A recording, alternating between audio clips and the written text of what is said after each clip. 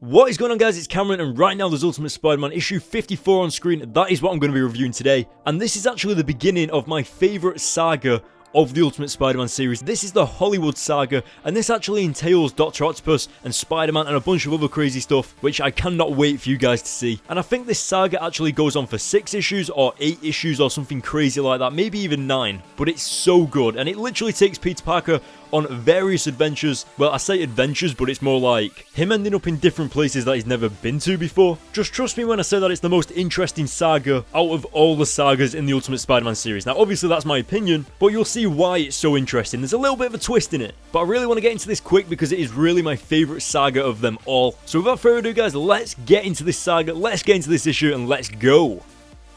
So right off the bat, as soon as the issue opens up, I just want to put it out there straight away. I absolutely love the chemistry between Peter and Gwen Stacy. And I don't know if you guys noticed this, but it really seems like they are brother and sister for real. Like they live in the same house as brother and sister. And it's almost like they're finishing each other's sentences, almost like they think exactly the same when it comes to, you know, winding Aunt May up and messing about with her. But what really got me was the part when Peter said it's almost like she knows we don't have any friends. And it genuinely makes you smile when you see these two characters acting like this together, because you know that Peter Parker and Aunt May have actually pretty much saved Gwen Stacy's life because she was kicked out of her house and all this crazy stuff, and they've taken her in to give her a new life, and you're just so happy that they did that for her.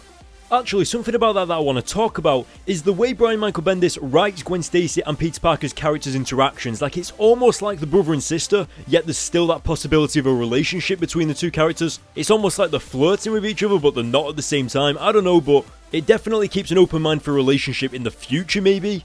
Now, obviously, I'm not going to ruin anything, I'm not going to say anything about the future, but you can see just through the characters' interactions that there's a little hint of cuteness right there. I can't think of any other word. Cuteness is the only way I can put it. Anyway, moving on, so at the beginning of this review, I said that there was a little bit of a twist that made this comic interesting, that made this Hollywood saga interesting, and it's the fact that there is a Spider-Man movie being made by Sam Raimi in an Ultimate Spider-Man comic. Now, no word of a lie, I legitimately burst out laughing when I saw Peter's reaction to this. He was opening a door as he heard this on TV and accidentally ripped the door off the wall, and it just had me in absolute hysterics. Put yourself in Peter Parker's shoes right now. You've just discovered that someone is making a Spider-Man movie about you without actually asking your permission for it. I think one of the main things is that Spider-Man is like a struggling teenager, but he's got a movie being made about him, so it's like, surely he should be able to get a lot of money for this, but he can't. Now, if you guys don't know who Sam Raimi is, and I'd be very concerned if you don't, he directed the first Spider-Man movie with Green Goblin, the second Spider-Man movie with Dr. Octopus, and the third Spider-Man movie with Sandman, Venom, and all that craziness. So originally, this is Ultimate Spider-Man issue 54. This comic released in May 2004. Now, May 2004, I think, was actually the release date for the Spider-Man 2 movie. And so it's just so awesome to see it almost breaking the fourth wall in a way, and having Sam Raimi in the comic making the first Spider-Man movie. So it's like the real world and the Ultimate Universe have just been kind of mixed together a little bit. And I love it how Brian Michael Bendis just somehow makes this fit into the story of the next Ultimate Spider-Man saga. Like, imagine Brian Michael Bendis sat there and then all of a sudden a new Spider-Man movie is being made and he's just like, do you know what? I'm going to put this into a comic. Obviously, he's putting Spider-Man 1 into the comic and not Spider-Man 2, which would have been releasing at the time, but the general idea probably came from a new Spider-Man movie being made. I swear, Brian Michael Bendis' writing is so interesting. He's even writing the new Invincible Iron Man, and they are so good. I think one of the most hilarious things coming from this comic is the fact that Kong actually wants to audition for a part in the movie. Kong and Flash used to bully Peter Parker, who is Spider-Man, and now Kong is like the biggest fan ever. And something so good happens between Peter and Kong later on in the series. It's literally like so far later on, so I'm not going to say anything because it's quite a major thing. But the way Kong matures over time and he just kind of grows up a little bit. And if I remember correctly, I think we actually see Kong in some of Miles Morales' comics as well, just because he actually becomes friends with Peter Parker. Like, we already know he kind of is, but it becomes a bit more evident later on in the series.